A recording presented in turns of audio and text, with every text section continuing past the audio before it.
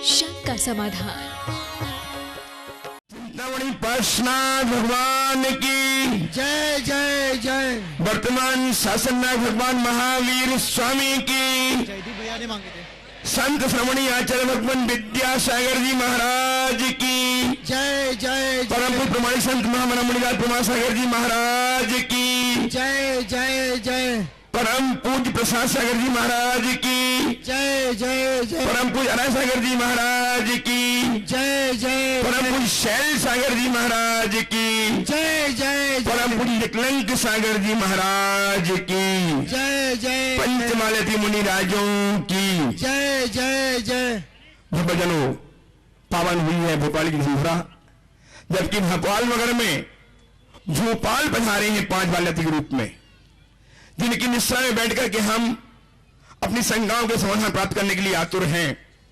मैं पारस जनवाणी चरण के माध्यम से अपनी शंकाओं के समाधान प्राप्त कर रहे सभी सुधी श्रोताओं का, सम्यक दर्शकों का एवं उपस्थित सभी विद्वज्जनों का, सभी प्रश्नकर्ताओं का दिगंबर जैन समाज भोपाल नगर की ओर से बारंबार अभिनंदन करता हुआ आचार्य भगवान विद्यासागर जी महाराज के परम प्रभावक शिष्य महामना मुनिराज प्रमासागर जी के चरणों से जोड़ना चाहता हूं। ये मुनिराज गुणातन प्रणेता, भावना प्रवर्तक, शंकर भावना प्रवर्तक और संप्रेषण के रूप में जगत विख्यात हैं, जिनकी चरण पा करके, जिनके दर्शन करके हम अपने जीवन को कृतकृत्य मान लेते हैं। ऐसे गुरुराज के चरण सामने बैठ करके हम आज अपनी शंकाओं का समाधान प्राप्त करेंगे। शंकाओं का समाधान प्राप्त कार्यक्रम प्रारंभ हो उसके पूर्व में चाहता हूं कि गुरुदेव का बलद हस्त हम पर आच्छादित हो। अतः मेरे साथ उच्चारें, नमोस्तु महश्री, नमोस्तु, नमोस्तु महश्री, नमोस्तु, नमोस्तु महश्री, नमोस्तु। इस कार्यक्रम का शुभारंभ करूं उसके पूर्व हमारे बीच में आज स्वर्गीय प्रेमचंद जी जैन बेंगलोर के सुपुत्र श्रीमान पीसी जैन साहब, जिन्होंने कल्याण मंदिर स्तोत्र और विशापहार स्तोत्र का अंग्रेजी में पद्यानुवाद करके आज के इस युग को एक बहुत बड़ी उपलब्धि प्रदान कराई है। ऐसे उनके सुपुत्र श्री पीसी जैन साहब, उनकी बहन और उनके भाई वासोदा से हमारे बीच में हैं। वे उनकी पुस्तक का विमोचन करने के लिए गुरुदेव की चर्चा में आए हुए हैं। इस पुस्तक का विमोचन करने के लिए मैं समाज के अध्यक्ष श्रीमान प्रमोद जी हिमांशु साहब एवं समाज क्या पूर्व अध्यक्ष पंकज सुबाई साहब, इनसे निवेदन कर रहा हूं कि यह पुस्तक का विमोचन करके कल्याण मंदिर स्तोत्र और विशापहार स्तोत्र की पुस्तक जो अंग्रेजी में अनुवादित की गई है पीसी जैन साहब के द्वारा, उसका विमोचन करके जगत के कल्याण के लिए उसका लोकार्पण करें। महाराज जी थोड़ा सा। और ये किताब कल सुबह स्टॉल में आपको प्राप्त होगी। साथ ही मैं आपको आज एक सूचना देना चाहता हूं, गुरुदेव के साहित्य का स्टॉल वहां लगा हुआ है। गुरुदेव के साहित्य को पढ़ना यानी मोक्ष का मार्ग पकड़ना है। कोई भी किताब गुरुदेव की ले लें आप, उसे पढ़ें तो ये जतय है कि आप मोक्ष मार्ग में प्रवृत्त होंगे होंगे होंगे। अतः आज नियम लें कि जब यहां से जाएं तो गुरुदेव की कोई भी एक किताब जरूर लें और उसे पढ़ें, अपने जीवन की सार्थकता को सिद्ध करें। कल इनकी किताबें विमोचित हो रही है, निःशुल्क आपको प्राप्त होगी। मैं इस कार्यक्रम का शुभारंभ शंका समाधान का प्रारंभ कर रहा हूं श्रीमती प्रतिभा जी जैन, विकास जी जैन साहब, ट्रस्टी गुणायतन भोपाल से मैं उपस्थित हूं। और पहले हमारे बीच में आज पुलिस इंस्पेक्टर श्रीमती मोनिका जी जैन भोपाल उपस्थित अपना प्रश्न प्रस्तुत करेंगी, क्योंकि उन्हें समयाभाव है और वे शंका का समाधान प्राप्त करके जीवन में धन्य करेंगी। तैयार रहेंगी प्रतिभा जी, विकास जी सराफ, ट्रस्टी गुणायतन भोपाल। परम पूज गुरुवर मुनिराज के चरणों में मेरा मन से वचन से काय से बारंबार नमोस्तु। महाराज जी, मेरी शंका है, हम लोग अपनी सेवाएं देते समय किस तरह से कार्य करें जिससे हम जैनों की ऐतिहासिक साख को और बढ़ा सकें? देखिए, बहुत ही अच्छा सवाल किया। पुलिस जैसे विभाग में आप कार्यरत हैं, आपके विभाग का बहुत बड़ा दायित्व है रक्षा का और कानून व्यवस्था को बनाए रखने का, और इतने गुरुतर दायित्व को निभाने के लिए बहुत सारी प्रवृत्तियां भी करनी पड़ती है। और इसी वजह से आजकल पुलिस विभाग का एक बड़ा खौफ माना जाता है, अलग दृष्टि से देखा जाता है। दंड विधान की प्रक्रिया अत्यंत पुरातन है और प्रशासन की व्यवस्था यहाँ नहीं स्वर्गों में भी है, वहाँ भी लोकपाल होते हैं, अनेक होते हैं। आपने पूछा ऐसा हम अपनी सेवा में रहते हुए क्या करें जिससे जैन धर्म को हम एक ऐतिहासिक गौरव प्रदान कर सकें। तो मैं यही कहूँगा कि पुलिस के अधिकारी होने के साथ साथ अपने भीतर के इंसान को जीवित रखो, सारा काम अपने आप हो जाएगा। अगर हमारे भीतर का इंसान जीवित है तो सब कुछ करते हुए भी सब कुछ अच्छा होगा। मैं ऐसे अनेक पुलिस अधिकारियों को जानता हूं जो एक पुलिस अधिकारी होने के साथ साथ मानवता के मसीहा भी बने। एक घटना का जिक्र मैं जरूर करना चाहूंगा। यही बाजू में सीहोर के पास आज से लगभग 15 साल पहले झारखंड के एक जैन परिवार सुरेश पांड्या, उनकी कार से दुर्घटना घटी। यह उदाहरण मैं इसलिए दे रहा हूं कि ये आप लोगों के लिए उदाहरण बन सके। कार से दुर्घटना घटी, वे पति पत्नी गंभीर रूप से घायल हो गए और जैसा कि होता है सड़क दुर्घटना के बाद कोई किसी को देखता नहीं। वहीं से एक पुलिस इंस्पेक्टर गुजर रहे थे, नाम तो मैं भूल गया, लेकिन वो उनके लिए मसीहा बन करके आए। उन्होंने उनकी स्थिति को देखा, अपनी गाड़ी में उन्हें रखा और भोपाल में उनका इलाज कराया। आज वो दोनों सुरक्षित हैं।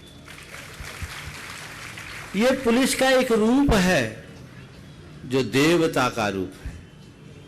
तो मैं ये चाहता हूं कि आपके माध्यम से नहीं, सारे विभाग में कार्यरत हर पुलिस के कर्मी के अंदर ये भाव जागृत हो ताकि वो देश की खुशहाली और जनता के हित में अपनी अच्छी भूमिका निभा सके। श्रीमती प्रतिभा जैन, विकास जी सराफ, ट्रस्टी आयतन भोपाल। तैयार हैं जिला न्यायाधीश श्रीमती आंसू पंकज जैन, बिलासपुर छत्तीसगढ़। न्यायाधीश श्रीमती आंसू पंकज जैन, बिलासपुर छत्तीसगढ़ तैयार है। महाराज जी, मेरी शंका ये है कि ये कहावत है महाराज जी कि दिया तले अंधेरा होता है। ऐसे ही हम लोग न्याय करते समय इतने ज्यादा व्यस्त हो जाते हैं महाराज जी कि कई बार ऐसा लगता है कि परिवार और समाज का जो हमारा सामंजस्य है वो कहीं ना कहीं गड़बड़ा रहा है। हम सारी चीजें संतुलन में अपनी कर लेते हैं न्याय व्यवस्था में, लेकिन इतनी दूर नौकरी में रहते हुए माता पिता का भी यथायोग्य हम उनको समय नहीं दे पाते हैं। हम किस तरह से अपने जीवन को जिएं कि हमारी न्यायिक व्यवस्था और सामाजिक व्यवस्था हमारे व्यक्तिगत जीवन पर भारी न रहे। नमोस्तु। बहुत ही अच्छा सवाल आपने किया है। न्याय प्रक्रिया से संबद्ध रहने के बाद भी आपके स्वर ये फूट रहे हैं कि कहीं ना कहीं मैं परिवार या समाज के साथ अन्याय कर रहा हूं। देखिए, आप लोगों के ऊपर बड़ा गुरुतर दायित्व है और आपके माध्यम से अनेक लोगों को न्याय मिलता है। वो दायित्व आपको निभाना है और वो आपकी पहली प्राथमिकता होनी चाहिए। रहा सवाल परिवार और समाज का, तो उनके लिए भी एक रास्ता है। वो रास्ता कुल इतना है कि जितनी देर दफ्तर में रहो उतनी देर न्यायाधीश रहो, बाहर आओ, एक अच्छा इंसान बन जाओ, एक अच्छा बेटा बन जाओ, एक अच्छा पति बन जाओ, एक अच्छा पिता बन जाओ, फिर समस्या ही खत्म। मुश्किल तब होती है जब कार्यालय में घर और घर में कार्यालय का प्रवेश हो जाता है। दोनों बातों को अपने तरीके से हमें सीमित करना चाहिए। हमें अपने प्रोफेशन के धर्म को वहां रखना चाहिए, अपनी पर्सनल लाइफ को भी सेफ करना चाहिए, अपनी फैमिली लाइफ को भी सेफ करना चाहिए, अपनी सोशल लाइफ को भी सुरक्षित रखना चाहिए और अपनी स्पिरिचुअल और रिलीजियस लाइफ को भी सेफ रखना चाहिए। ये तभी होगा जब हमारी प्राथमिकताएं ठीक हो। तो जितना आपका दफ्तर का समय है, दफ्तर में काम कीजिए। हो सकता है फैसले लिखने के लिए आपको घर में होमवर्क करना पड़ता है। बहुत सारे जजेज हैं जो हमारे संपर्क में हैं, वे कहते हैं कि हम लोगों को बहुत मेहनत करनी पड़ती है, पढ़नी पड़ती है, तथ्य इकट्ठे करने पड़ते हैं, तब कहीं जाकर जजमेंट होता है। तो उसके लिए भी एक समय सुनिश्चित कीजिए और स्वयं के लिए, परिवार के लिए, समाज के लिए जो दायित्व है वो निभाएं। जहाँ तक इस तरह के प्रोफेशन में जुड़े रहने वाले लोगों के माता पिता के साथ व्यवहार का संबंध है, प्रायः नौकरी पेशा वाले अपने माँ बाप से दूर हो जाते हैं, होना पड़ता है। तो उन सब के लिए मेरा एक सुझाव है कि माँ बाप आपके पास नहीं रह सकते, आप माँ बाप के पास नहीं रह सकते हैं, तो आज टेक्नोलॉजी के इस युग में कम से कम इतना तय कर ले कि हम दिन में एक बार माँ बाप को न सही फोन या वीडियो कॉन्फ्रेंस के माध्यम से अपना प्रणाम तो निवेदित करेंगे, उनकी कुशल क्षेम तो पूछेंगे और जरूरत पड़ने पर सब काम छोड़ करके जाएंगे। उनसे हमारा अगर आत्मीय संवाद बना रहे तो उनकी प्रसन्नता भी बनेगी, उनका गौरव भी बढ़ेगा और आपकी संतुष्टि भी पूरी होगी। उपस्थित हो आप हाँ DSL SDO भोपाल से श्री आलोक जैन और तैयार रहें डॉक्टर सुहासी जखेरिया साहब भोपाल। पंच ऋषि राजों के मुनिराज के चरणों में सादर नमोस्तु। मेरा प्रश्न है कि महाराज जी, आज जिस हिसाब से जीवन मूल्य बदल रहे हैं, तो जैनों के अपने मूल्य में स्थिर रहे वह और अप्रासंगिक ना लगे आज के मॉडर्न लाइफ में, तो किस तरह से हमें जीवन में अपने बदलाव लाना चाहिए और उसकी क्या सीमाएं होना चाहिए, मर्यादाएं? नमोस्तु। देखिए, हमारे जो जीवन मूल्य हैं और जो जैनों के जीवन मूल्य की बात आपने की है, वो आपको हर सदाबहार अपडेट रखने वाले मूल्य हैं, कभी अप्रासंगिक नहीं रख सकते। मूलभूत मूल्यों को हमें समझना है। हम लोग मूल्यों के नाम पर अपने बाह्य क्रियाचारों पर ज्यादा जोर देते हैं, जबकि मूल्यों का संबंध है बाह्य क्रियाचारों से अधिक आंतरिक विचारों पर है, विचारों से है। वो मूल्य हमारे शाश्वत मूल्य हैं जिसे हमें हर स्थिति में आत्मसात करना है। दो तरह के मूल्य होते हैं, एक शाश्वत मूल्य है, एक सामयिक मूल्य है। शाश्वत मूल्य चिरस्थायी होते हैं, जो परस्परता, प्रेम, अहिंसा, बंधुत्व और आत्मीयता की भावना से जुड़े। ये हर व्यक्ति के अंदर कूट कूट के रहना चाहिए, इसे किसी भी स्थिति में बदलना नहीं चाहिए। और जो सामयिक मूल्य है वो हमारे जीवन व्यवहार से, हमारी लाइफ स्टाइल से जुड़ा हुआ है। वो हर व्यक्ति अपने देश काल की स्थिति के अनुसार करे। जैन धर्म तो कहता है भैया, धर्म के आराधन में देश काल की सीमाएं बाधा नहीं बनती। हाँ, देश काल के अनुरूप धर्म की क्रिया में परिवर्तन हो सकता है।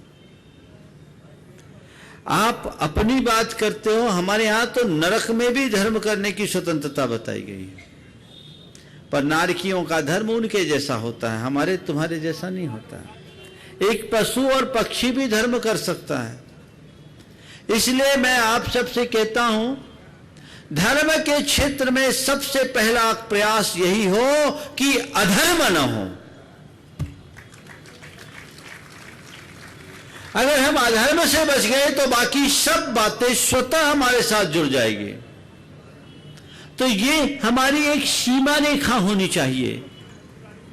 मैं धर्म के क्षेत्र में आगे बढ़ूं ना बढ़ूं कोई दिक्कत नहीं, अधर्म नहीं होना चाहिए। और आप लोग इसको कुछ अर्थ में अपनाते भी हो। देखिए, सड़क पर चलते हो, रेड लाइट होती है और ग्रीन लाइट भी होती है कि नहीं? रेड लाइट में आप गाड़ी बढ़ाते हो क्या? रोकते हो। और रेड लाइट में गाड़ी बढ़ा दे तो क्या होता है? चालान कटता है ना। आजकल तो हमने सुना नियम कुछ ज्यादा कड़े हो गए हाँ, ये बोल रहे चालान बन के घर घर में आ जाता है। मतलब रेड लाइट हो और गाड़ी बढ़ाओ तो पक्के तौर पर आप डंडे के भागी हो, ग्रीन लाइट हो और गाड़ी ना बढ़ाओ चलेगा। ये प्रश्न एक्चुअली इंटरनेशनल है। मेरी बेटी ऑस्ट्रेलिया में है, सिडनी में। उसकी 2 छोटी बेटियां हैं, एक 12 साल की और एक 15 साल की। जब मैंने बताया कि महाराज जी यहाँ पर हैं, वो आपके दर्शन करके गए थे थोड़े दिन पहले, तो उन्होंने तुरंत एक तो नमोस्तु भेजा है आपके लिए और अपने प्रश्न भेजे हैं महाराज जी। 2 प्रश्न हैं, वो 2 मैं बताता हूँ आपको। 12 साल की मौली जैन है, वो बोलती है कि हम हमेशा यहाँ खाने पीने की वस्तु के कंटेंट चेक करते हैं फिर खाते हैं। यहाँ के लोग हम पर कमेंट करते हैं कि क्या जैन धर्म खाने पीने का धर्म है। हम जानते हैं कि यह उचित नहीं है, हम उन्हें कैसे एक्सप्लेन करें। ये प्रश्न है मौली जैन का, 12 साल की है। और दूसरी महिका जैन जो 15 साल की है, उसकी भी एक बड़ी भारी प्रॉब्लम और ये बड़ी ग्लोबल प्रॉब्लम है। हमारे यहाँ भी मेट्रोज में ये प्रॉब्लम हो गई है। समय और दूरी के कारण हम रोज मंदिर नहीं जा पाते, संडे को जरूर जाते हैं। इसके लिए हम प्रतिदिन क्या करें कि हमें उतना ही पुण्य लगे। बहुत अच्छा सवाल है और दोनों सवाल सबके लिए बड़ा उपयोगी है। मुझे प्रसन्नता है कि आपकी दोनों द्वैतियों के अंदर इतना संस्कार है कि 7 समुंदर पार रह करके भी वो धर्म पालन करने का भाव रख रहे हैं। जहां तक पहले सवाल का सवाल है, क्या जैन धर्म का संबंध केवल खाने पीने तक सीमित है? ये छोड़ो वो छोड़ो, उन्हें एक ही जवाब देना चाहिए। खाने पीने का त्याग जैन धर्म नहीं है, पर खान पान की शुद्धि का ख्याल रखना हमारा धर्म है। हम चीजों को इसलिए नहीं छोड़ते कि ये छोड़ना है। हमारा हृदय इतना संवेदनशील है कि हम अपने निमित्त से किसी भी प्राणी के घात की बात सपने में नहीं सोच सकते। तो जिस चीज के इंग्रेडिएंट में किसी भी चीज का, ऐसी वस्तु का समावेश है जिसमें प्राणी हिंसा हम ले नहीं सकते। ये हमारी संवेदनशीलता है। हम किसी को कष्ट देकर, किसी को दुख देकर, किसी को पीड़ा पहुंचा करके कुछ नहीं लेना चाहते। ये हमारा मार्ग है। इसलिए खान पान का, खाने न खाने का सवाल नहीं है, शुद्धि का ख्याल तो रखना ही है। फिर आप तो डॉक्टर हैं, उन्हें मेडिकल की भाषा में समझाओ कि आप जब कोई ऑपरेशन करने के लिए जाते हैं तो इन्हीं कपड़ों में जाते हो? नहीं महाराज, चेंज करते हैं जी। सब स्टेरलाइज कपड़े होते हैं। क्यों? इन्फेक्शन ना हो। क्यों इन्फेक्शन? क्योंकि जन्म से जुड़ेंगे तो इन्फेक्शन होगा। हमें इस बात का ख्याल रखना है, अन्यथा ऑपरेशन को, जिसका ऑपरेशन किया जा रहा है उसकी जान के साथ खिलवाड़ हो सकती है। इसलिए लोग इसका ध्यान रखते हैं। तो उसी तरह धर्म क्षेत्र में भी ये क्रिया करने में हिंसा होगी, इससे हमें बचना है। और आपको बताऊं कैसे संस्कार और भावना होना चाहिए। मैं जबलपुर में था, एक 2.5 साल का बच्चा, उसके जेब में कैडबरीज थी, चॉकलेट होती है। मैंने उससे पूछा, बेटा ये क्या है? बोले कैडबरीज। किसने दिया? बोले चाचा ने दिया। आप खाते हो? बोले महाराज मिल जाती तो खाता हूं। मैंने कहा बेटा कहते हैं इसमें तो एग है।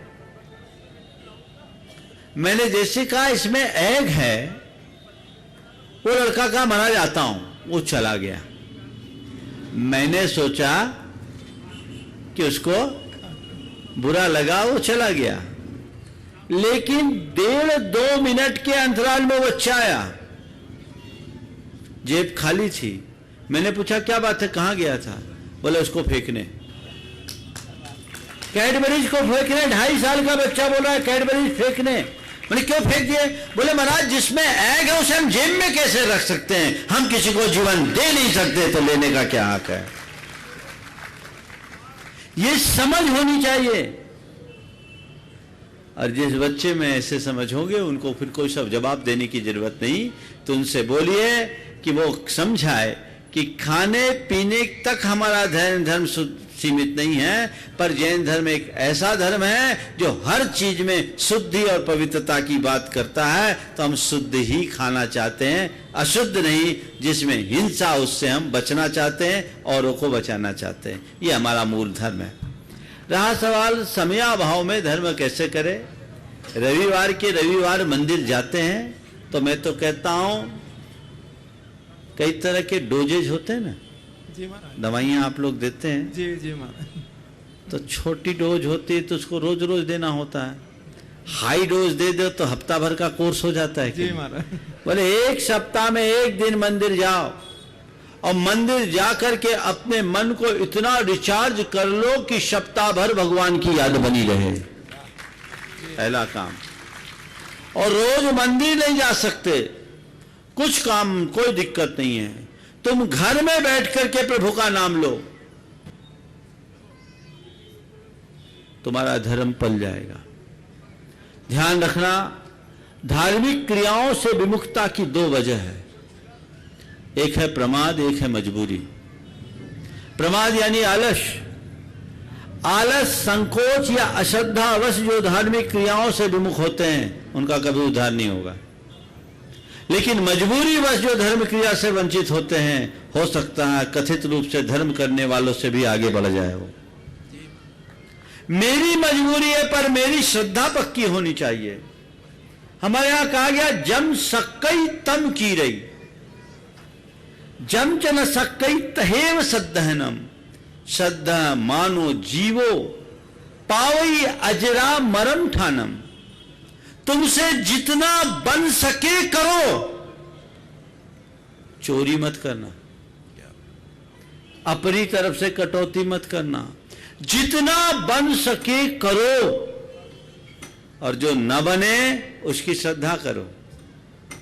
श्रद्धा करने वाला भी अजरामर पद को प्राप्त कर लेता है। इसलिए हम जितना बन सके घर में अपनी क्रियाएं करते रहें, वो लाभ मिलेगा और जीवन आगे बढ़ेगा। नमस्ते महाराज। आइए डॉक्टर जितेंद्र जैन भोपाल से, और तैयार रहे श्रीमान सुकुमारी जैन, सचिव नेहरू नगर, जैन समाज भोपाल। पांचों मुनिराज के चरणों में नमोस्तु भगवान। मेरा प्रश्न यह है कि एक पूजा की पंक्ति में एक वो आता है, पंक्ति आती है पूजा में, जड़ कर्म घुमाता है मुझको यह मिथ्या भ्रांति रही मेरी। जबकि मैंने कहीं समयसार जी ग्रंथ में कहीं ये सुना था कि ये कर्म ही हैं जो आत्मा को पेर रहे हैं, और असलियत में क्या है, ये कर्म पेर रहे हैं या ये मिथ्या भ्रांति है, ये स्पष्ट करें महाराज। देखिए, जिस संदर्भ में वो बात लिखी गई है वो सबको भ्रम में डालती है। कर्म हमें पूरी तरह पेरता है, ये कथन भी एकांत है, और कर्म मुझे कुछ नहीं करता, मेरा कुछ नहीं बिगाड़ता, ये भी एकांत है। यथार्थतः अगर विचारा जाए तो संसारी प्राणी को कर्म ही नाच नचाता है। कर्म में वो ताकत है जो हमारे केवल ज्ञान की शक्ति को समाप्त कर देता है। आचार्यों ने लिखा है, का अपुब्बा दिशति पुग्गल कम्मश ए ऋषि शक्ति, केवल नान सहावो समप्यो तीन जीवस्य। अरे इस पुद्गल कर्म की कैसी अपूर्व शक्ति दिखती है कि इसने केवल ज्ञान के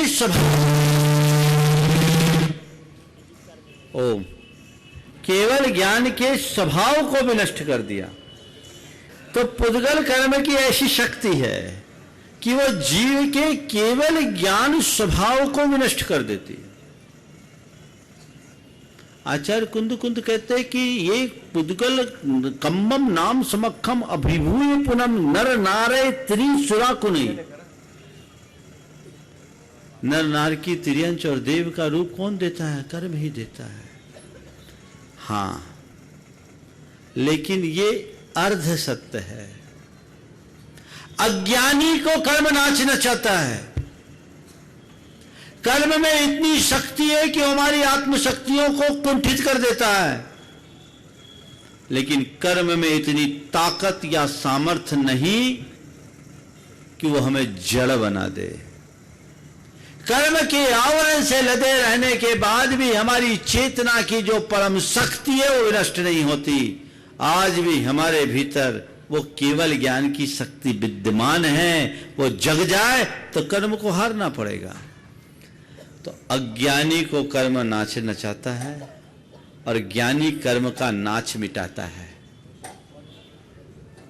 तो हम दोनों बातों को उसी संदर्भ में देखें और आगे बढ़ें, तब हम अपने जीवन में लाभ ले पाएंगे। आइए श्री मानसुख कुमार जी जैन सचिव नेहरू नगर जैन मंदिर जैन समाज भोपाल और तैयार रहें चंद्रसेन जी जैन अपने पूरे परिवार के साथ, श्रीमती सीमा जी, प्रांजल जी एवं आशीष जी के साथ। आज बच्चे पूछेंगे। मुनिवर के चरणों में सादर नमोस्तु। मेरा प्रश्न आज सुबह आपने जो प्रवचन दिया था उससे संबंधित है। आपने सुबह प्रवचन में शांति की बात कही थी कि व्यक्ति शांति चाहता है। यदि दर्शन मिले शांति के धाम का, सिद्धि किस काम की, ज्ञान किस काम का। चाहे शस्त्रों से हो चाहे बिन शस्त्र के, शांति ही लक्ष्य होती है संग्राम का। गुरुवर, यदि शांति ही अस्त्र या शस्त्र या उनके बिना अंतिम लक्ष्य है, तो फिर आज बहुत से देश युद्ध की दौड़ में क्यों, आज बहुत से देश हथियारों की होड़ में क्यों? क्या गुरुवर ऐसा तो नहीं कि विश्व की कुछ शक्तियां अपना व्यापार बढ़ाने के लिए यह सब कर रही हैं? मेरी शंका का समाधान करें। बहुत ही महत्वपूर्ण मुद्दा आपने अपने सवाल के माध्यम से उठाया कि जब हमारा लक्ष्य शांति है तो युद्ध की तैयारी क्यों? ये विडंबना है कि बातें शांति की जाती है और तैयारी युद्ध का। युद्ध के अभ्यास के शिविर हर देश के द्वारा किए जाते हैं, पर दुनिया में शायद ही कहीं ऐसा हो, मेरे ज्ञान में तो आज तक कोई ऐसा सुनने में नहीं आया कि किसी सरकार ने विश्व में या देश में शांति स्थापित करने का कोई शिविर रचा हो। आज तक नहीं। आपने एक जो बात कही कि कुछ शक्तिशाली देशों के ये चाल हो सकती है, उनकी व्यापारिक चाल। समीक्षक इस बात को कहने में हिचकिचाते नहीं हैं, वो कहते ही हैं। ये विडंबना है। हमारा धर्म हमेशा बताता है कि विश्व की शांति अस्त्र से नहीं, निरस्त्रीकरण से होगा। आज दुनिया को अणुबम की जरूरत नहीं है, अणुव्रतों की जरूरत है, तभी काम होगा और हमें वो चेतना जगाने की जरूरत है। आइए श्रीमान घाटी लफ्ज कवि चंद्रसेन जी अपने पूरे परिवार, सीमा जी, प्रांजल जी, ऋषि जी के साथ, और तैयार रहें श्रीमती 25 साल में पूरा देश मयंक न्यूजीलैंड से तैयार रहेंगे। पर देश में किसी को पता नहीं कि हमारी शादी हुई, इसलिए आज चारों को लेकर हम आपके चरणों में उपस्थित हैं, ताकि देख समझ ले कि हम भी, क्योंकि महाराज अभी एक जगह हम गए थे तो कई जगह हम लिफाफा लेते नहीं हैं। गौशाला का प्रोग्राम था तो उन्होंने कहा चंद्रसेन जी ने लिफाफा लौटा दिया। मेरे आलवर ब्रह्मचारियों को काय के पैसे? तब मैंने कहा आज जाना बहुत जरूरी है महाराज श्री। पहला प्रश्न प्रांजल। देखो, इससे पहले कि प्रांजल प्रश्न करे मैं बताऊंगा कि चंद्रसेन ब्रह्मचारी के भेष में भले नहीं हैं, पर ब्रह्मचारी की आराधना कर रहा है। ये एक भुक्ति का नियम है। जैसे एक बार भोजन पानी हम लोग करते हैं, वैसे ही 24 घंटे में एक ही बार भोजन और पानी पीता है। ढेर सारे नियम और संयम हैं ये, और उपवास करता है, चतुर्दशी और बहुत सारी चीजों का त्याग। इंटरनेट का प्रयोग भी नहीं करता, छोटा सा सामान्य सा फोन लेता है। मैं ये कहूं कि चंद्रसेन कपड़े वाला साधु है तो कोई अर्थ से युक्ति नहीं है। और हमारे लिए, हमारी समाज को गर्व होना चाहिए कि इस स्तर की प्रतिभा से संपन्न व्यक्ति संयम की राह पर इस तरह से चल रहा है। कविता सुनाने वाले कवि तो बहुत मिल जाएंगे, लेकिन जीवन की कविता गढ़ने वाले कोई बिरले मिलते हैं। चंद्रसेन को इसके लिए आशीर्वाद। हाँ बोलो। महाराज श्री, मेरा प्रश्न भी यही है कि जैसे हम देखते हैं हमारे मुनि महाराज इतने कड़े नियम इतनी सहजता से पालन कर लेते हैं, हमारे घर में भी हमारे पापा इतने कठिन नियम ले सकते, तो हम मेरी शंका यह है कि जैसे विद्यार्थी जीवन जीते हुए हम अपने अंदर ऐसी दृढ़ता और ऐसी दृढ़ शक्ति को कैसे बढ़ाएं ताकि हम भले छोटे नियम हो या बड़े नियम हो वो हमसे टूटे नहीं और सहजता से पालन हो सके। बहुत अच्छा सवाल। देखो, कोई भी नियम हमारे लिए तब तक कठिन होता है जब तक उसे हम अंतर मन से स्वीकार नहीं करते। अगर हमने अंतर मन से उसे स्वीकार लिया तो वो हमारी सबसे बड़ी निधि, पूंजी और प्राथमिकता बन जाती है। तो वो नियम हमारे साथ अपने आप पल जाते हैं। जैसे मैं तुमसे एक सवाल करूंगा, कोई तुम्हें सपने में भी मांस खाने के लिए कहेगा तो क्या तुम स्वीकारोगे? क्यों? क्योंकि गलत है वो। किसी हमें हत्या बचपन से बताया गया कि वो हत्या है और हमारा हिंसा है। वो गलत और सही नहीं है। हमने उसे अपनी धारणा में पक्की तरह बना लिया कि वो गलत है। जो खाते हैं उनके लिए सही है। अगर तुम्हारे अंदर ये संस्कार नहीं होते तो तुम्हारे लिए भी वो सही होता। तो आज तुम उसे सपने में भी खंडित नहीं करोगे। इसी तरह जो नियम लो, मैंने उस नियम को लिया है और ये नियम नहीं, मेरे जीवन का सुरक्षा कवच है, मेरी जीवन की अनन्य निधि है। मुझे इसे निभाना होगा। एक युवक जो आज ब्रह्मचारी हो गया, मनीष, हथकरघा और शांति धारा का पूरा प्रोजेक्ट देखता है बीना बारा में, आगरा का मनीष। मैं सम्मेद शिखर में था, तुम जैसे युवकों के लिए बोल रहा हूं।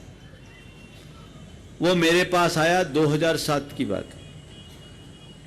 बोला महाराज मैंने आज तक रात्रि भोजन नहीं किया। वो BHU से IIT कर रहा था। अब मेरे सामने दुविधा है कि वहां दिन में खाना नहीं मिलता, मैं क्या करूं। मैंने उससे एक सवाल किया कि ये बताओ, तुम जीवन भर नियम निभाने का सुकून पाना चाहते हो या तोड़ने की कसक? उसने कहा महाराज मैं निभाना चाहता हूं। तो बोले रास्ता निकालो। ये नियम नहीं है, स्वयं के लिए स्वयं को दिया गया कमिटमेंट है, इसको फुलफिल करो, रास्ता निकालो। मैंने उसको कुछ उपाय भी बताया, ऐसा कर लो वैसा कर लो। उसके बाद वो मेरे पास 2009 में आया। तब तक उसका मारुति में सिलेक्शन भी हो गया था। मैंने उससे पूछा, वही उस समय भी मैं सम्मेद शिखर में ही था। मैंने उससे पूछा तुम्हारे नियम का क्या है? बोला महाराज मैंने एक टाइम भोजन करके अपनी IIT पूरी कर ली। और पक्का, और उसके अंदर संस्कार थे। आज वो ब्रह्मचारी है और आचार्य के चरणों में समर्पित है। तो कोई नियम कठिन नहीं होते। मन को दुर्बल मत बनने दो और जो नियम लो निष्ठापूर्वक निभाओ और उसका गर्व करो। उपस्थित हूँ रोहित जैन, मयंक जैन, न्यूजीलैंड से। और तैयार हैं जैन समाज के गौरव पुत्र श्रीमान वैज्ञानिक श्री प्रफुल्ल जैन, इसरो ट्रस्टी गुणायतन, बहन आराधना जी और भाई ब्रह्मचारी श्री आदर्श जी के साथ बेंगलोर से। नमोस्तु महाराज श्री। महाराज श्री मेरा प्रश्न है कि ख्वाहिश और हकीकत इन दो नावों पर सवार हूं। कभी कभी लगता है मैं खुद का गुनहगार हूं। किस नाव को पकड़ूं और किस नाव को छोड़ूं? गुरुवर में अपनी नैया किस दिशा में मोड़ूं? क्या बात है, पूरी कविता।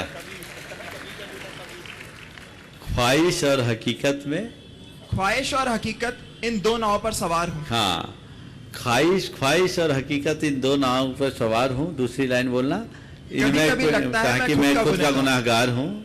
किस नाव को छोड़ूं और किस नाव को पकड़ूं? देखिए, ख्वाहिशें होनी चाहिए। ऐसा नहीं है कि आपके मन में कोई इच्छा ना हो। दो स्थितियां होती है, एक अनिच्छा की और एक हताशा की। प्रवृत्ति में जीने वाले के अंदर इच्छाएं होनी ही चाहिए, होती ही है। इससे मुक्त कोई नहीं है। आप और हम कोई नहीं। आपने ये सवाल पूछा है किसी ख्वाहिश से भर करके पूछा कि बिना ख्वाहिश के? ख्वाहिश ही थी, पहले तो ख्वाहिश थी, अब हकीकत। और मैं बताऊं हकीकत में मैं भी जो ये उत्तर दे रहा हूं उसमें भी मेरी ख्वाहिश है। ख्वाहिश क्या है, इच्छा क्या है कि ठीक इस सवाल के माध्यम से लोगों के मन की गुत्थियां खुले, लोग चीजों को समझे और अपने जीवन को तदनुरूप ढाल सके, है ना? तो ये चीजें इससे मुक्त नहीं है। ख्वाहिशें होना बुरी नहीं है, पर ख्वाहिशों की बाढ़ आना बहुत बुरी है। इच्छा हो पर शुभेच्छा हो, आकांक्षा हो दुराकांक्षा ना हो। ख्वाहिश और हकीकत के मध्य तालमेल बनाओ। आसमान में उड़ो पर जमीन को देखकर। जो यथार्थ के धरातल को भुलाकर कल्पना के आकाश में उड़ते हैं वे कहीं के नहीं रहते हैं। हाँ, जो आकाश में उड़ने का सपना नहीं देखते वे भी जमीन पर रह जाते हैं। इसलिए सपना देखो लेकिन फर्स्ट डिजर्व देन डिजायर। ये सोच लेकर के चलोगे तो अपने जीवन को ऊंचाई दे पाओगे। आज का युवा वर्ग बहुत भ्रमित है, वो बड़े बड़े सपने देखता है और कुछ लोग हैं भी ऐसे जो सपने दिखाते हैं। बंधुओं, मैं आपसे कहता हूं सपने देखने और दिखाने में कोई लाभ नहीं है। मजा तो तब है जब आप सपने गढ़ो और सीढ़ी चढ़ो, आगे बढ़ो। जैन हिंद के गौरव श्रीमान वैज्ञानिक प्रफुल्ल जी इसरो ट्रस्टी गुणायतन अपने बहन आराधना जी के साथ और आरसी जी के साथ उपस्थित हों और तैयार रहें श्रीमान राजेंद्र कुमार जी जैन बाबरिया कला प्रमाणिक समूह भोपाल। महाराज जी के सादर चरणों में नमोस्तु। महाराज जी, हमारी शंका यह है, जैन दर्शन कर्म सिद्धांत के ऊपर आधारित है और आपने अभी बताया कि कर्म के अनुसार ये कर्म सबको नचाते हैं। किसी व्यक्ति के जीवन में यदि सुख दुख या विपत्तियां आती हैं तो हम लोग यदि यही बोलते हैं कि ये शुभ या अशुभ कर्मों का उदय है। शंका महाराज जी ये है कि जैन धर्म में और जैन जिनवाणी और जैन साहित्य में विभिन्न तरह के स्तोत्र, जाप, मंत्र, जैसे कि नवग्रह शांति स्तोत्र, भक्तांबर स्तोत्र हैं। साथ ही साथ हम कई तरह के ग्रह और अपने कई मोती या अंगूठी में डाल लेते हैं। तो इन सब से क्या कर्म की निर्जरा होती है, संवर होता है, या इन सभी जाप के मंत्रों का क्या रोल है किसी व्यक्ति के कर्म में, कर्म की संवर या निर्जरा में, या फिर उसको सुख और दुख की जो अनुभूति होती है उसकी आकुलता को कम या ज़्यादा बढ़ाने में? बहुत अच्छा सवाल पूछा है आपने। आपके सवाल का सार ये है कि हमारा जीवन कर्मों से कितना नियंत्रित है और क्या मंत्र जाप पूजा पाठ या माणिक मोती आदि नगों और रत्नों के द्वारा कर्मों की दशा को परिवर्तित किया जा सकता है। बंधुओं, पहले तो मैं इनका परिचय दे दूं। ये प्रफुल्ल जैन हैं, आपके मध्य प्रदेश के ही गंज बासोदा के हैं और इसरो में कार्यरत हैं। पूरी बात सुनो। और अभी जो चंद्रयान गया था उसके टीम के एक हिस्से के रूप में प्रफुल्ल जैन भी था। उसकी डिजाइनिंग के कार्यक्रम में इनका योग था। आपने जो सवाल किया है उस संदर्भ में मैं यही कहूंगा कि जैन कर्म सिद्धांत ये नहीं कहता कि तुम कर्म के पूरी तरह अधीन हो। तुम कर्मों की कठपुतली हो। जैन कर्म सिद्धांत ऐसा नहीं कहता। साथ ही जैन कर्म सिद्धांत ये भी बताता है कि तुम कर्मों के अवस्थाओं को परिवर्तित भी कर सकते हो। पूरी तरह स्वच्छंद भी नहीं हो और कठपुतली भी नहीं हो।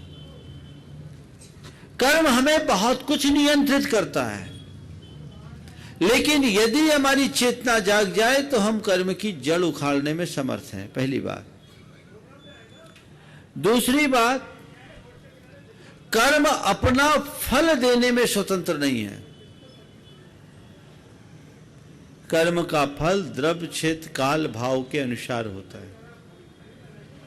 जैसा परिवेश और परिस्थितियां बनती है, कर्म की स्थिति वैसी बन जाती है। अगर कर्म के अनुकूल एटमॉस्फेयर होता है तो कर्म हम पर भारी पड़ जाता है, और कर्म के प्रतिकूल एटमॉस्फेयर बनता है तो कर्म कमजोर पड़ जाता है। आत्मा के ज्ञान जाग जाने पर कर्म के प्रतिकूल वातावरण बनता है, और आत्मा जब तक सोया रहता है कर्म के अनुकूल वातावरण रहता है। इसे हम अध्यात्म की भाषा में कहें तो अज्ञानी कर्म को अनुकूलता देता है और ज्ञानी कर्म की जड़ उखाड़ता है। पहली बात, जिस संदर्भ में आपने सवाल किया, पूजा, स्तोत्र पाठ, मंत्र जाप, पूजा, प्रार्थना और माणिक मोती आदि का प्रयोग क्या कर्म की अवस्थाओं में परिवर्तन ला सकता है? ला सकता है। कल भी एक प्रश्न के उत्तर में मैंने ये जवाब दिया था कि मंत्र जाप से हमारे कर्मों में कैसा परिवर्तन होता है। हमारे अंदर के रसायन बदलते, उसे मैं दोहरा नहीं रहा हूं, लेकिन माणिक मोती का जो सवाल है, आजकल इसके नाम पर बड़ा ढकोसला चालू हो गया है। अब तो हर ज्वेलर की दुकान में एक ज्योतिषी बैठता है और उसी से उनका धंधा चलता है। ये क्या है, कितना सही है और कितना गलत, इसे समझना चाहिए। देखिए, रत्नों का असर नहीं पड़ता, ये भी गलत, और रत्नों का ही पूरा असर होता, वो भी गलत। समझ गए? क्या है इसका सिस्टम और ये एक विधा विकसित क्यों हुई? कहावत है, यत् पिंडे तद ब्रह्मांडे। हमारे शरीर में जो तत्व है वही तत्व पूरे ब्रह्मांड में। ब्रह्मांड के तत्वों का जो प्रभाव है सौर मंडल के संचार से प्रभावित होता है, क्योंकि ऊर्जा का मूल स्रोत ये सौर मंडल है। उनके संचार से ब्रह्मांड के तत्वों में परिवर्तन होता रहता है, और ब्रह्मांड के तत्वों के परिवर्तन से हमारे शरीर के तत्व भी परिवर्तित हो जाते हैं। जब आपस में समीकरण बिगड़ जाता है तो उससे हमारे कर्मों की दशा परिवर्तित हो जाती है, और उससे हमारे जीवन में शुभाशुभ परिणाम आने लगते हैं। ज्योतिष का विज्ञान इसी पर विकसित हुआ। उसके लिए एक बाह्य प्रयोग के रूप में ये विभिन्न प्रकार के रत्नों को पहनने का विधान किया गया, क्योंकि उससे होने वाले विकिरण से हमारे शरीर के तत्वों का संतुलन होता है। ये जस्ट लाइक एक मेडिसिन है। आप एक व्यक्ति को बुखार आया, आपने दवाई दी, बुखार आया, पाप कर्म के उदय से दवाई आया तो पुण्य आ गया, दवाई पुण्य दिया क्या? ये भी इसमें जोड़ दो। तो दवाई पुण्य नहीं है, लेकिन दवाई ने क्या किया, हमारे शरीर के रसायनों को बदल दिया। जिन रसायनों से बीमारी आई उसकी उल्टी व्यवस्था उसने कर दी। रसायन परिवर्तित हुए तो कर्मों का रसायन बदला, तो जो पाप का वेग था वो मंद हो गया, पुण्य का उदय आ गया, आप स्वास्थ्य लाभ ले लिए। तो जैसे आपने दवाई ली वैसे इन नगों का प्रयोग हमारे यहां रहा, इसका वर्णन है। मणि मंत्र औषधि नाम महाप्रभावो दृश्यते, ऐसे वाक्य हमारे यहां। लेकिन अब ये शुद्ध धंधा हो गया। एक चीज के परिवर्तन से तो नहीं होगा ना, तुमने एक जगह कर दिया, अपने भाव तो सुधारो, फिर उसी को बदल लो। कोई दवाई मत खाओ, बीमार पड़ जाओ तो इसमें लकीर के फकीर मत बनना। एक व्यक्ति ने देखा मैंने कि 10 अंगुलियों में अलग अलग नख पहने हुए था। हमने पूछा क्यों भाई, तुमने क्यों पहना? शौक से पहना कि?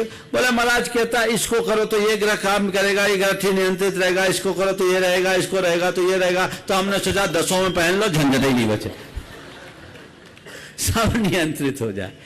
तो ये चीजें खींचतान की ठीक नहीं है, हमें उसको उसी अनुरूप देखना चाहिए और तदनुरूप व्यवहार करना चाहिए। हम तो एक ही बात कहते हैं, नग पहनोगे असर पड़े न पड़े, रत्न पड़ोगे पहनोगे, रत्न धारोगे, उसका लाभ मिले न मिले इसमें संशय है।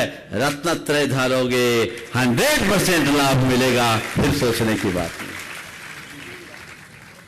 उपस्थित हो श्रीमान राजेंद्र जैन, बाबड़िया ब्राह्मण संघ भोपाल, और तैयार हैं सेवानिवृत्त शिक्षिका श्रीमती सरोजी जैन, दिगंबर जैन समाज माध्यमिक विद्यालय भोपाल। महाराज जी, पांचों गुरुदेवों के चरणों में मेरा बारंबार नमोस्तु नमोस्तु नमोस्तु।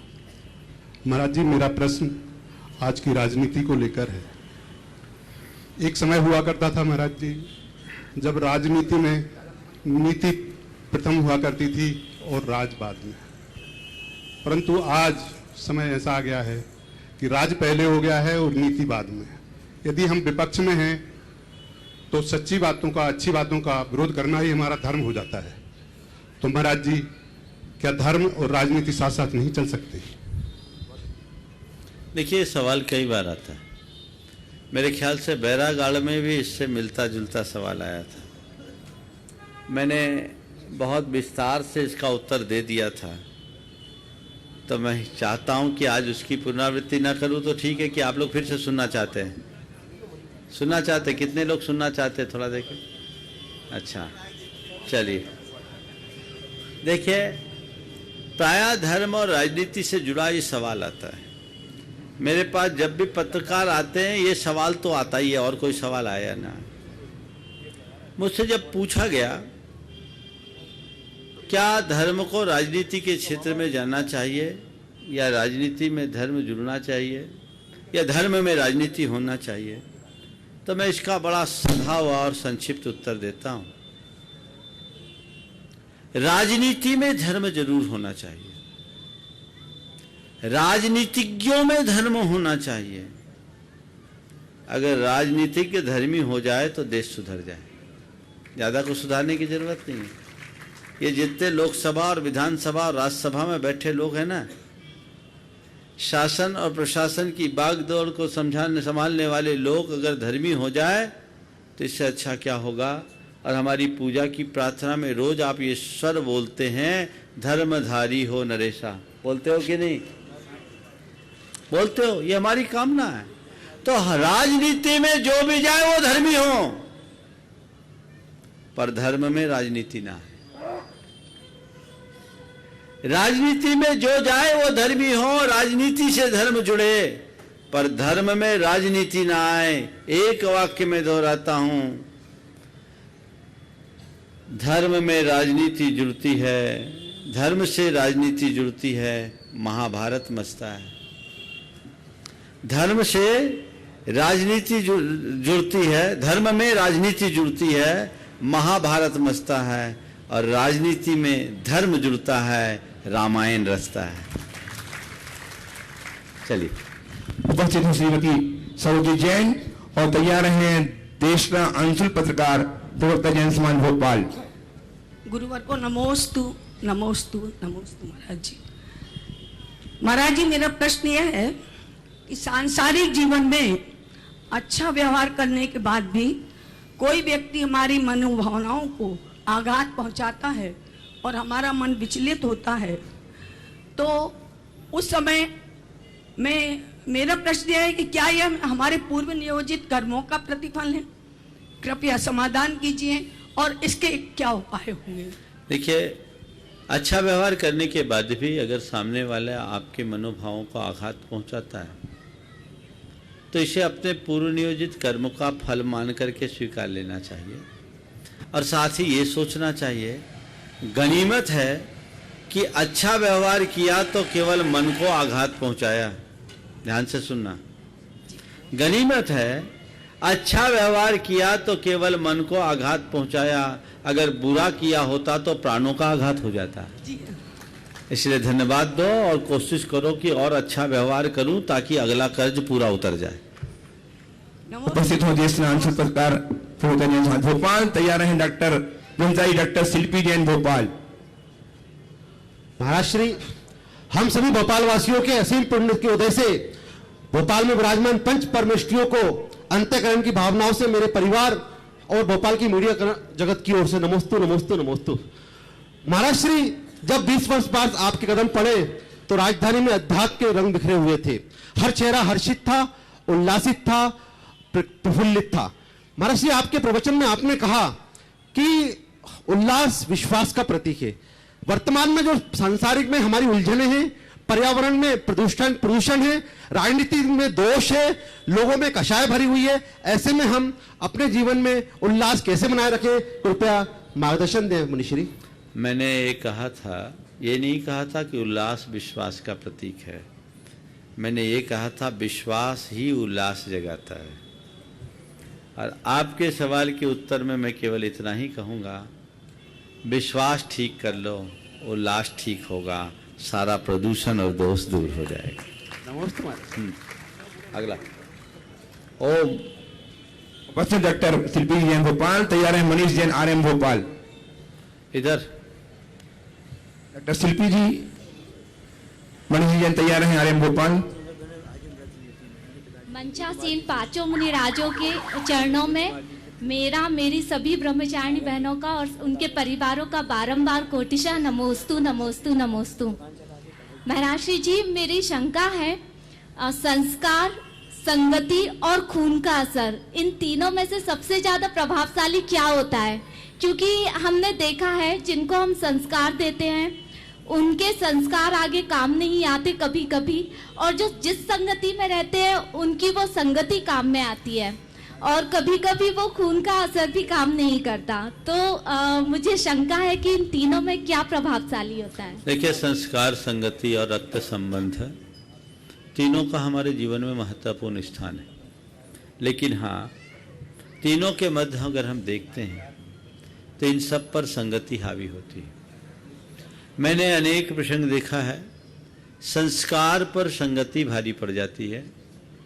संगति में भटक जाने के कारण व्यक्ति अपने संस्कारों को भुला देता है और रक्त संबंध भी लोग भूल जाते हैं। लेकिन एक बात और कहूंगा, अगर संस्कार गहरे हो, कैसी भी संगति हो, वक्त पड़ने पर वो फिर से उभर जाते हैं। संस्कार धूमिल हो सकते हैं, विनष्ट नहीं। वो राख से ढकी अग्नि की भांति होती है, थोड़ी सी हवा चले फिर से जल उठती है। इसलिए संगति पर तो ध्यान रखें ही, संस्कारों को पहले मजबूत करें। दूसरी बात, रक्त संबंध कभी छूटता नहीं। कहावत है, जल और कुल मिलकर एक होने में देर नहीं लगते। पानी की धार फेंको, 50 धार फैलती है, लेकिन एक जगह मिला दो तो लगेगा ही नहीं कि कभी इनमें से कोई अलग अलग धारा थी। इसी प्रकार अगर रक्त संबंध बना है, वक्त पड़ने पर वो प्रकट हो जाता है। इसलिए हमें इन्हें गौण नहीं करना चाहिए। फिर भी तुलनात्मक रूप से यदि बात करें तो हमें संगति पर भी ध्यान देना चाहिए। आज सबसे ज्यादा गड़बड़ी इसी बात में हो रही है। आप संस्कारों का तो फिर भी यत्किंचित ध्यान देते हैं, पर संगति को बिल्कुल भुला देते हैं, ये सोचकर कि ये सब तो चलता है, ये सब तो चलता है, इसी ने आज सत्यानाश कर दिया है।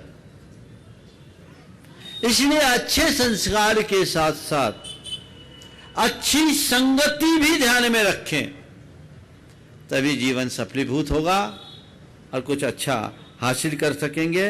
और ये महाराज जी ने मुझे अभी सूचना दी कि ये तीनों सगी बहनें, इनका आजीवन व्रत है। इनके पिताजी का सम्मेद शिखर जी में यात्रा के दौरान किसी ने हत्या की और ये तीनों बहनों ने 20 साल बाद एक संघर्षपूर्ण जीवन में, तो सबसे पहले इनकी माताजी को आशीर्वाद देना चाहूंगा कि बहुत साहस का काम किया है और तीनों ने मोक्ष मार्ग के पथ को अंगीकार किया। तीनों डॉक्टर हैं, तीनों बहुत सुंदर आशीर्वाद है। आप ऐसे ही मोक्ष मार्ग में आगे बढ़े। एक बार करतल ध्वनि इन सब के लिए आप कर दीजिए। उपस्थित मनीष जैन, पत्रकार RM भोपाल, और तैयार रहे मोदी, पलक जैन, गुणायतन, ट्रस्टी गुणायतन, आजाद जैन। गुरुवर के चरणों में सोशल ग्रुप पार्श्वनाथ भोपाल और RM परिवार की ओर से त्रिवार नमोस्तु नमोस्तु नमोस्तु। गुरुवर, मेरी जिज्ञासा यह है कि सामाजिक संस्थाओं में नियत समय पर चुनाव होने चाहिए ताकि पारदर्शिता बनी रहे, परंतु कुछ लोग सामाजिक संस्थाओं के चुनाव मनगढ़ंत कारण बताकर नहीं कराते हैं, तो क्या उन पर सिर्फ नैतिक दोष ही लगता है या उन पर कोई धार्मिक दोष भी लगेगा? मैं अपना पक्ष बताऊं, मेरी राय में तो चुनाव ही नहीं होना चाहिए,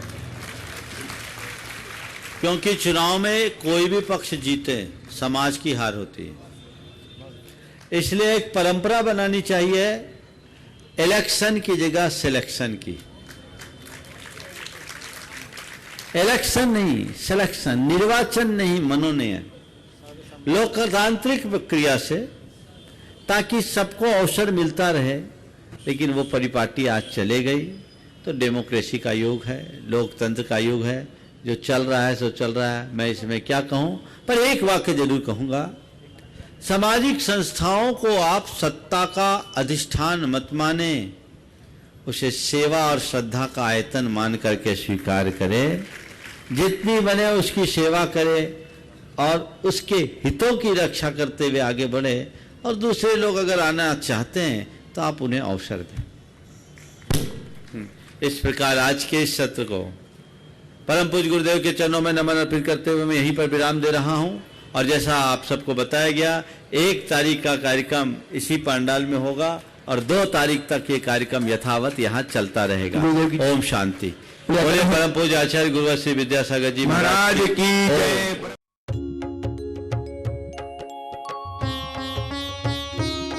शक का समाधान